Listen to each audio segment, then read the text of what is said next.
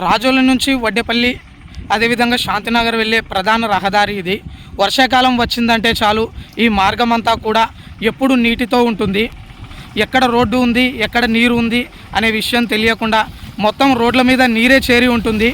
రోజు వెళ్ళే వాహనదారులకు కూడా ఈ రోడ్డు అంతా తీవ్ర ఇబ్బందిని అయితే కలిగిస్తూ ఉంది.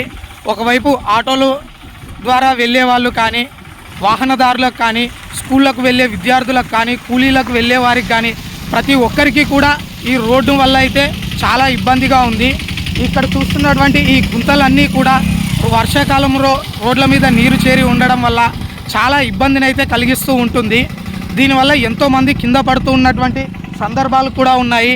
అయినా కానీ ఇదే మార్గంలో ప్రయాణిస్తున్నటువంటి ఎంతోమంది ప్రజాప్రతినిధులు కావచ్చు, అదేవిధంగా రాజకీయ నాయకులు కానీ, ఉన్నత అధికారులు కానీ ఈ రోడ్డు వెంబడి ప్రయాణిస్తూ ఉంటారు. కానీ ఈ గుంతలకు కనీసం మరమ్మతులు చేయించాలని కూడా ఇప్పటిదాకా ఎవరూ ఆలోచించడం లేదు.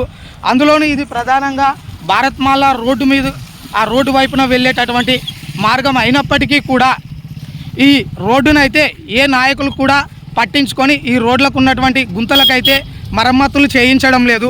మరి ఈ రోడ్లకు మరమ్మతులు చేయించినంత కాలం ఈ రోడ్లు ఈ విధంగానే ఉండడం వల్ల చాలామంది అయితే కింద పడి తమ ప్రాణాలు పోగొట్టుకునే అవకాశం కూడా ఉంది. కాబట్టి ఈ వీడియో చూస్తున్నటువంటి అధికారులు కానీ, రాజకీయ నాయకులు కానీ స్పందించి ఈ రోడ్లకు కనీసం మరమ్మతులైనా చేయించగలరని కోరుతున్నాం.